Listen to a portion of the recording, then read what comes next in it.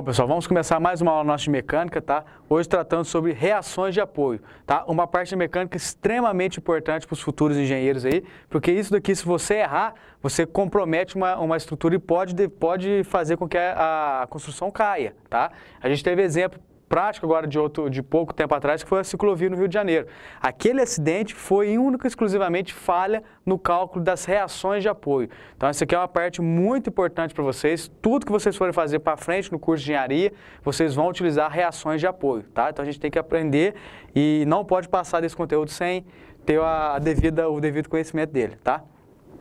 Aqui nós vamos utilizar reações, estruturas em duas dimensões, tá? Eu tenho aqui somatório de forças em x igual a zero, somatório de forças em y igual a zero e somatório de momento igual a zero, tá?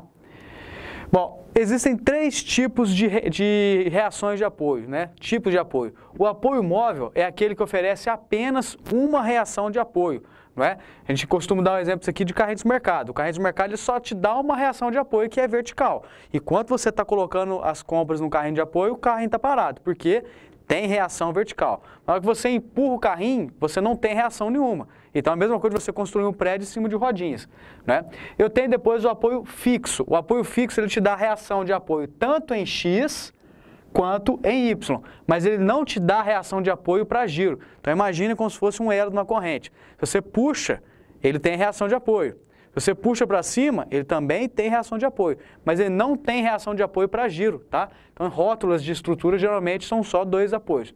E por fim, nós temos o engastamento, que ele dá reação de apoio para as três condições, X, Y e para momento. Então, é o único apoio que tem reação de momento, né? Tudo que você vê pregado na parede, chumbado, engastado, tudo oferece esses três tipos. Beiral de casa é engaste, tá?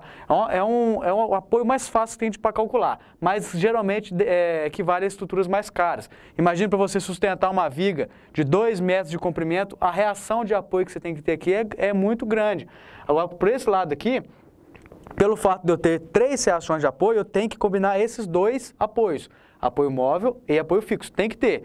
Somente um não vai dar certo, porque se você utilizar só o apoio fixo, você não tem reação de momento. Se você utilizar só apoio móvel, você não tem reação na horizontal, igual está apresentado aqui. Quando eu combino os dois, eu tenho reação de momento, porque não tem como eu fazer uma estrutura, vamos supor que isso aqui é uma viga. Se eu só tenho um apoio fixo aqui, ela pode girar, não tem reação de momento. Agora, quando eu combino um apoio móvel e um apoio fixo, eu não consigo girar a estrutura, está presa, não tem reação de momento, tá? Eu não posso, na mecânica, eu não posso combinar engaste com apoio fixo. Por que que não?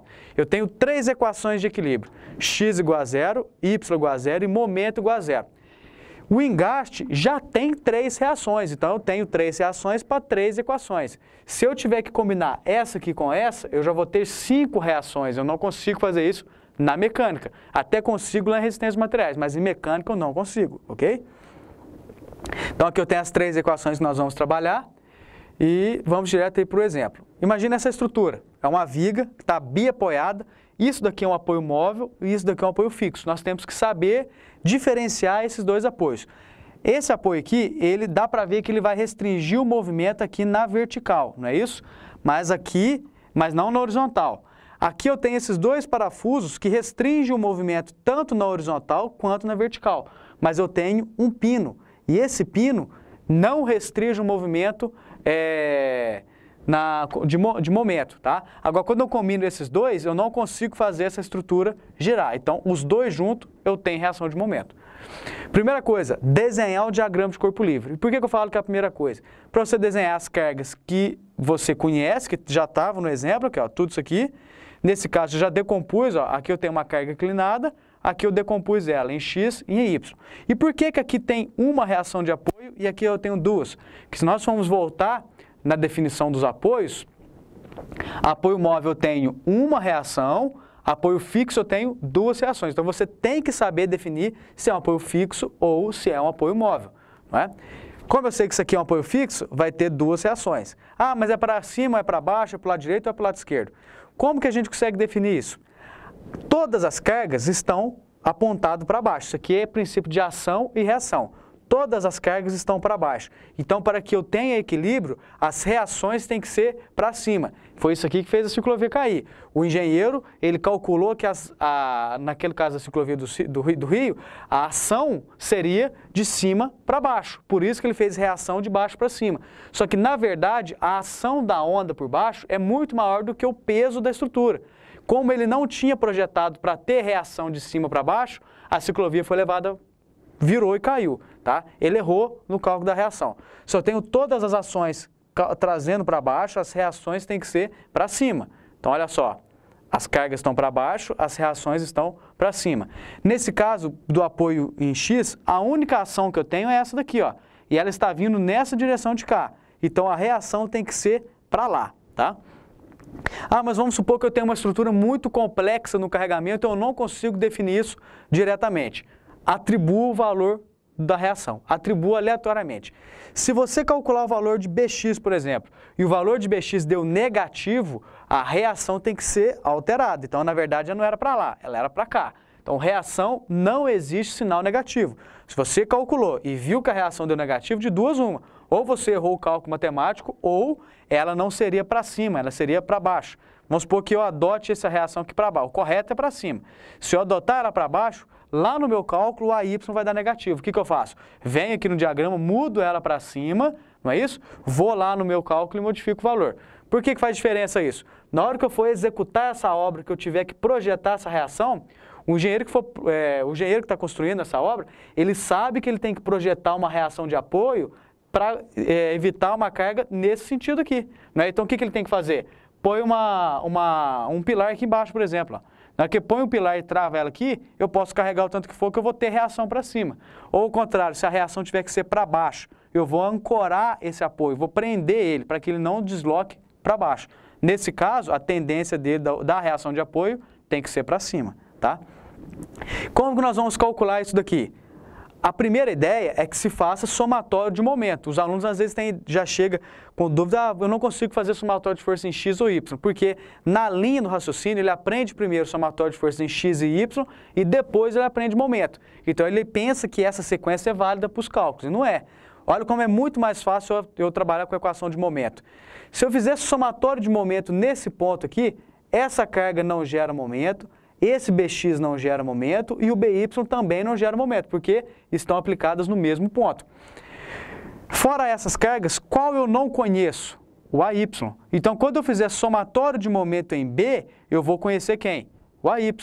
Depois, se eu quiser fazer somatório de momento em A, eu vou descobrir quem? BY. Então, o cálculo é esse. É identificar onde eu tenho o maior número de forças que eu não conheço e daí aplicar o somatório de momento, tá? Nesse caso aqui, nós começamos com X, por quê? Porque eu só tenho uma carga em X. Automaticamente, Bx vale isso daqui. Não tem que discutir, tá? Só tem uma carga, o X é o mesmo valor. Então, o somatório de forças em X tem que ser igual a zero. 600 cosseno de 45. 600 cosseno de 45, está apontado para cá, no sentido do eixo. Então, ele é positivo. Menos Bx. Olha como que o Bx deu positivo. Significa que eu adotei corretamente o sentido dele, tá? Somatório de momento em B. Quem que gera o momento em B? Aqui o momento, ó. Primeiro, vamos ver com qual ele começou aqui. 100. Essa carga gera momento com braço de alavanca de 2 metros, ó. Força vezes distância. No sentido anti-horário, ó. Vai girar essa estrutura no sentido anti-horário. Então, é mais 100 vezes 2. 100 vezes 2. Depois eu tenho essa carga aqui descendo e essa carga aqui na horizontal. As duas geram momento. Como é que eu sei disso? A vertical, de fato, ó, o braço de alavanca dela é 5 metros. Agora, essa componente X, se o exercício não tivesse mencionado que a espessura da viga era de 0,2 metros, eu poderia considerar como ela não gerasse momento. Mas o exercício mencionou que ela tem 0,2 metros. Então, as duas cargas vão gerar momento. A primeira, lá, vertical, 600 seno de 45, essa que está descendo, vezes o braço de alavanca de 5 metros. E vai girar no sentido anti-horário. Então, é mais 600 seno de 45 vezes 5. Mais 600 seno de 45 vezes 5. Depois eu tenho essa carga aqui na horizontal, ó. Imagina a linha de ação dela. A linha de ação dessa carga vem até aqui na ponta, ó. Bem nesse quadradinho que está aqui. Qual que é o braço de alavanca? O braço de alavanca vale 0,2 e ela gira no sentido horário. Olha só, a viga está aqui e essa carga está sendo aplicada bem aqui em cima, então ela está girando no sentido horário. Então, olha lá, menos 600 cosseno de 45 vezes 0,2. Por fim, a última carga que gera o momento é a reação de apoio que eu não conheço. A Y vezes, qual que é o braço de alavanca? 2 mais 3, 5, mais 2, 7. E vai girar no sentido horário. Estou travando meu momento em B, sentido horário. Então vai ficar menos AY vezes 7. Menos AY vezes 7. Eu vou isolar quem eu não conheço, que é o AY. AY igual a 319. Resultado, ó, positivo. Significa, adotei corretamente ele para cima. Depois, para utilizar as três equações, eu posso fazer somatório de forças em Y. Somatório de forças em Y, para cima é positivo, para baixo é negativo. Então vai ficar mais AY, menos 600 seno de 45, menos 100, menos 200, mais BY. Eu considero todas as cargas que estão em Y. Está aqui, ó. Mais 319, menos 600, menos 145, menos 100, menos 200, mais BY. Como eu não conheço BY, isolo BY e acho o valor de 405 newtons. As três reações deram positivo. Significa que eu adotei corretamente o valor delas. Mais um exemplo, então, sobre a parte de reação de apoio. Nós temos agora essa estrutura aqui, certo? Eu tenho aqui um apoio fixo. Por que eu sei que isso aqui é um apoio fixo? Porque ele não vai deslocar nem em X, nem em Y. E eu tenho um encosto bem aqui em cima. Esse encosto vai oferecer somente uma reação. Então, esse aqui será um apoio móvel. Mas vamos discutir isso na nossa próxima aula, ok, pessoal? Grande abraço para vocês e até a nossa próxima aula.